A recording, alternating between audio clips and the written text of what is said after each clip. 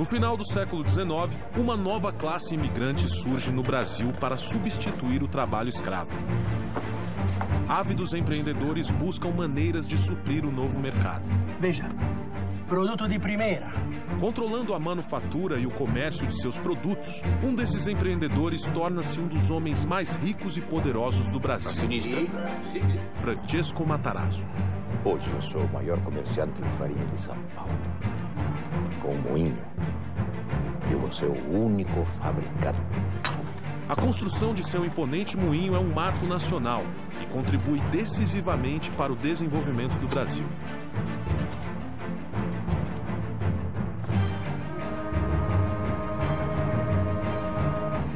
Enquanto Matarazzo dá início à indústria, um ambicioso norte-americano chega ao Rio de Janeiro com planos de mudar o país.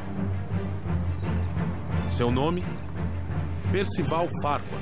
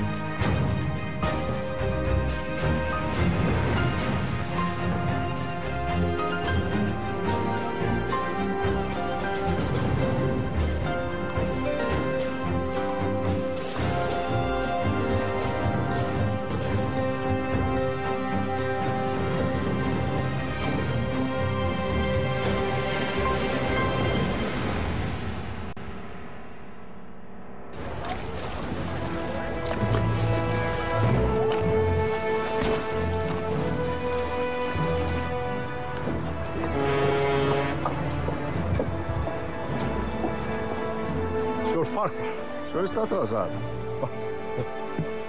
Bem-vindo ao Brasil. Como é que foi a viagem? Como todas as viagens, senhor Marquês.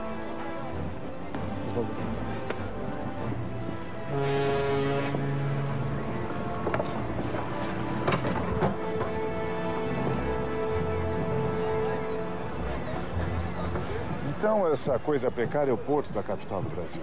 Pois prepare-se. O restante desse país será uma surpresa mais desagradável ainda. Ótimo. Ótimo. Onde falta estrutura, senhor Mackenzie, sobra oportunidade. O Brasil do começo do século XX ainda é um país rural. A infraestrutura é incipiente e a integração do território é precária. Até mesmo na capital da República, os serviços públicos são obsoletos. O Rio de Janeiro ainda não tem energia elétrica. É para mudar isso que Farquhar se associa à empresa canadense Light and Power. Junto a Alexander Mackenzie, ele inicia um plano de eletrificação do Rio de Janeiro. Aí que aparece o papel de um empresário novo que busca, junto à Light, chegar ao Brasil, e a Light precisava disso para expandir o seu negócio para o Rio de Janeiro. E, por outro lado, vai enfrentar um grupo que é um grupo poderoso, mas que é relativamente novo no setor elétrico. Senhor Eduardo, é um prazer, vou receber. Por favor, fique à vontade. Guilherme, é o filho? Guilherme, senhor Guilherme. Por favor, fique à vontade. Senhores, eu pedi essa reunião para que acabássemos de uma vez por todas com esses conflitos absurdos. E como o senhor faria isso, Sr. Farquhar? É simples. Eu quero colocar a família Guinea no projeto da Companhia Light. Vamos eletrificar o Rio de Janeiro juntos. Vocês seriam contratados como empreiteiros da Light. Ficariam responsáveis por construir toda a infraestrutura do projeto. Não. Perdão? A nossa resposta é não. O Rio de Janeiro não precisa do senhor, Mr. Farquhar. O plano da Companhia Light está enfrentando a oposição de uma tradicional e poderosa família carioca, a família Guinea. O grande negócio deles, e isso tornava-os realmente um conglomerado importante, era o Porto de Santos. Toda a força motriz do porto seria elétrica.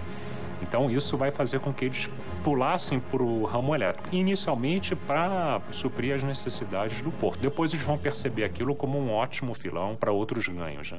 O progresso chegará ao Rio de Janeiro com ou sem vocês? Acho que não vai ser tão simples assim. É bem provável que o senhor não tenha conhecimento do decreto antimonopólio?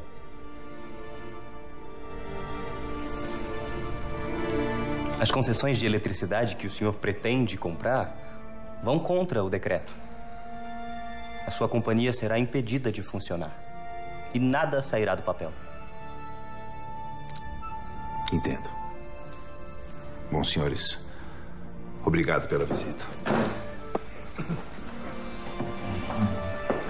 Do Brasil, cuidamos nós.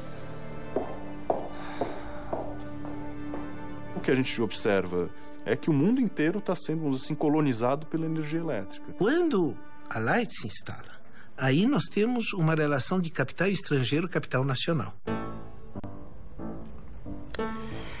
Menino Guilherme tem razão, Percival.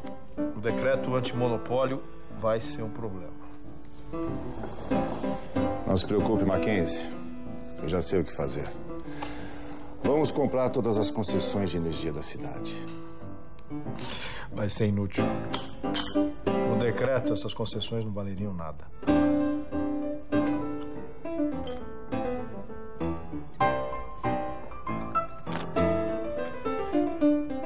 Full House.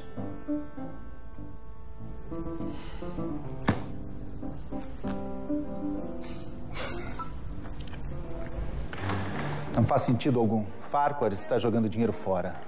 Eu sei, mas o governo brasileiro precisa ficar alerta. O senhor ministro há de convir que é preciso impor limites a esses estrangeiros. Guilherme Guiney suspeita que Farquhar está tramando alguma coisa. Ele articula com seus contatos políticos para garantir que os passos da Light and Power no Brasil sejam acompanhados de perto.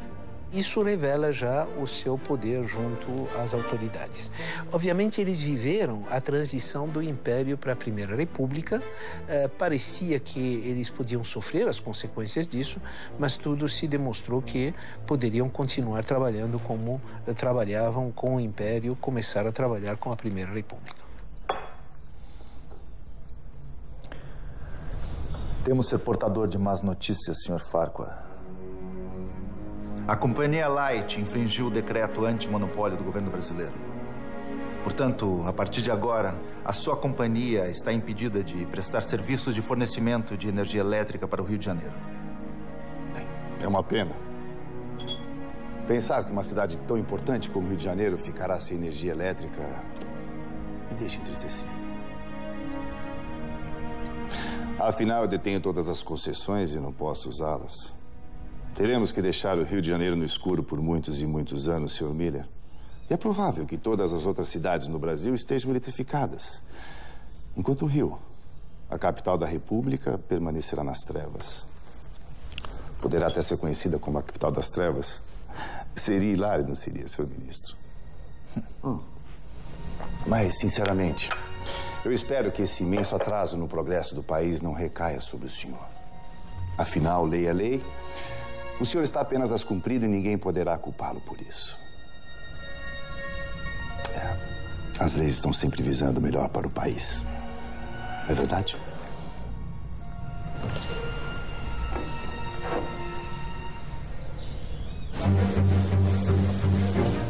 Senhoras e senhores, muito obrigado pela presença de vocês aqui hoje.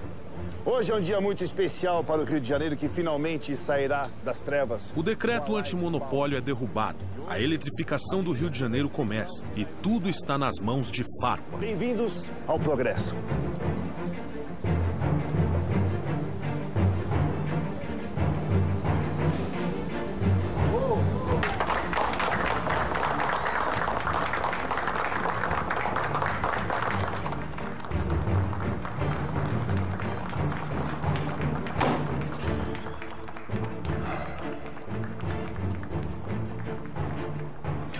Homens como Farquhar podem tudo, inclusive destruir a nossa família.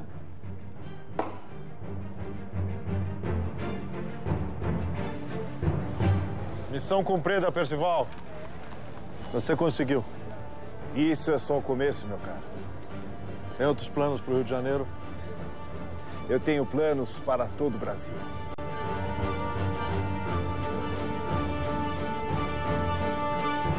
Percival Farquhar chega ao Rio de Janeiro em 1905, atraído por oportunidades de negócio que um país sem infraestrutura proporciona. Onde falta estrutura, Sr. Mackenzie?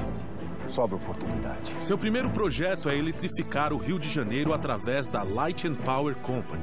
Mas seus planos esbarram no nacionalismo de um ambicioso jovem brasileiro, Guilherme Guim. Do Brasil cuidamos nós. Com o poder de seu dinheiro, Farquhar consegue contornar as leis antitruste locais e dá início à eletrificação do Rio de Janeiro. E esse é apenas o primeiro passo do grande plano que o americano tem para o Brasil.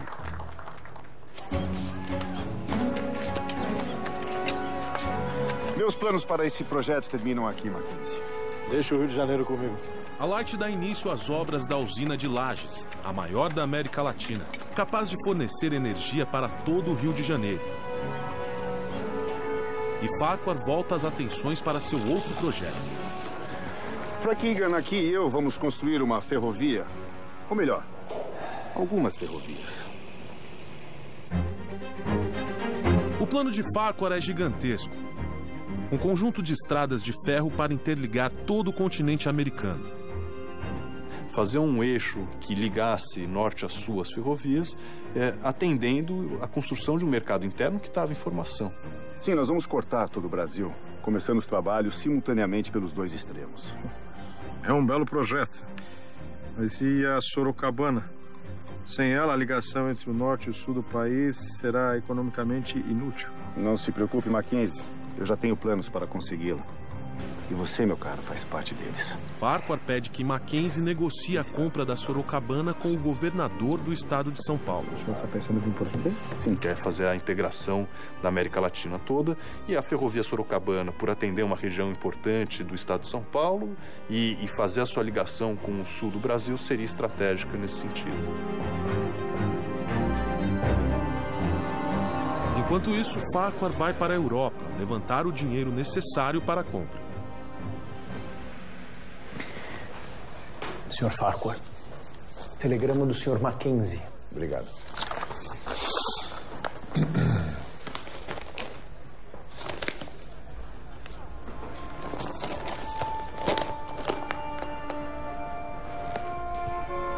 Algum problema, senhor?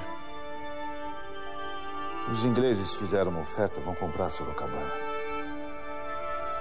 Mas sem essa ferrovia, o seu projeto fica inviável. Frank, me dê o Jornal da Manhã.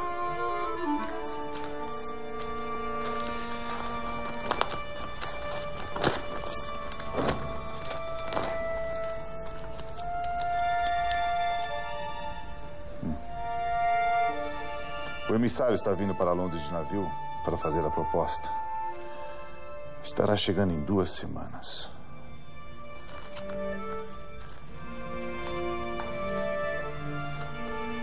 E qual o plano? Mande um telegrama imediatamente para o Mackenzie no Brasil e descubra quanto os ingleses estão pagando.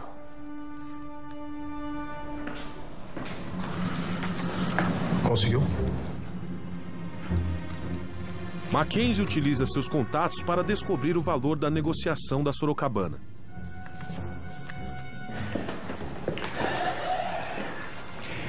Os ingleses estão oferecendo 2 milhões de libras, Sr. Farquhar. Vamos cobrir a oferta. Mas é muito dinheiro. E o senhor tem apenas 2 semanas para consegui-lo. É impossível. Não é possível, não para mim, Frank. Se eu não conseguir a Sorocabana, eu não tenho nada. Tem muita gente que tem muito medo de errar e não faz nada. Eu sou da teoria seguinte, eu prefiro dar 10 tiros e errar 3. O Wall Street já está em pleno funcionamento. Nós já temos um sistema industrial, financeiro, né, comercial muito complexo. Farquhar consegue quase todo o dinheiro. Mas ainda falta uma parte. E só lhe resta uma opção. O Banco da Escócia.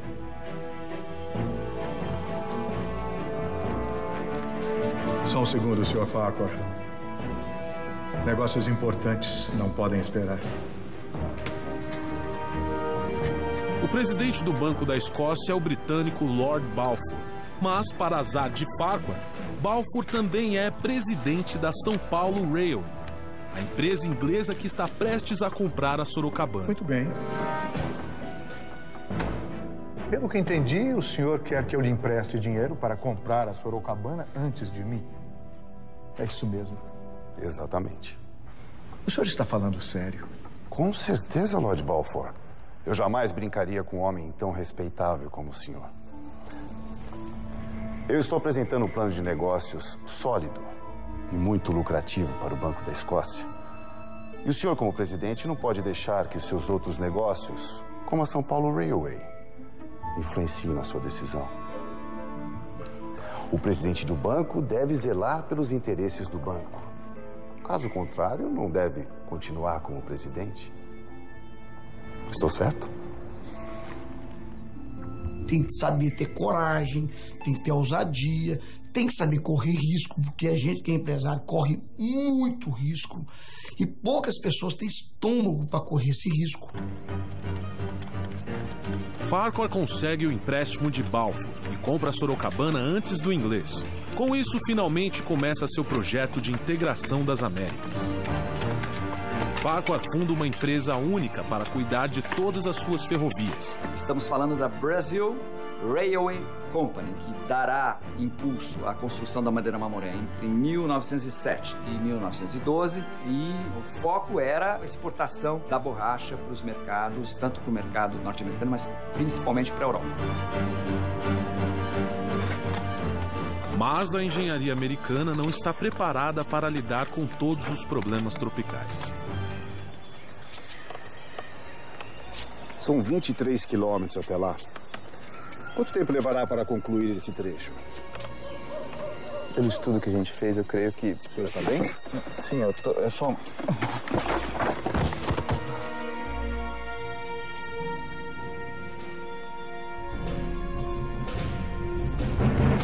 Belo projeto. Percival Farquhar dá início à grande obra de sua vida.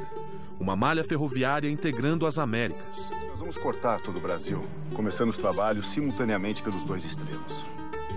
Mas a impossibilidade de conseguir a concessão da ferrovia Sorocabana quase coloca tudo a perder. Com sua habilidade de levantar capitais, Farquhar consegue comprar a Sorocabana e inicia as obras da sua grande ferrovia. Mas depois de superar os obstáculos políticos e financeiros, ele se depara com um inesperado desafio tropical.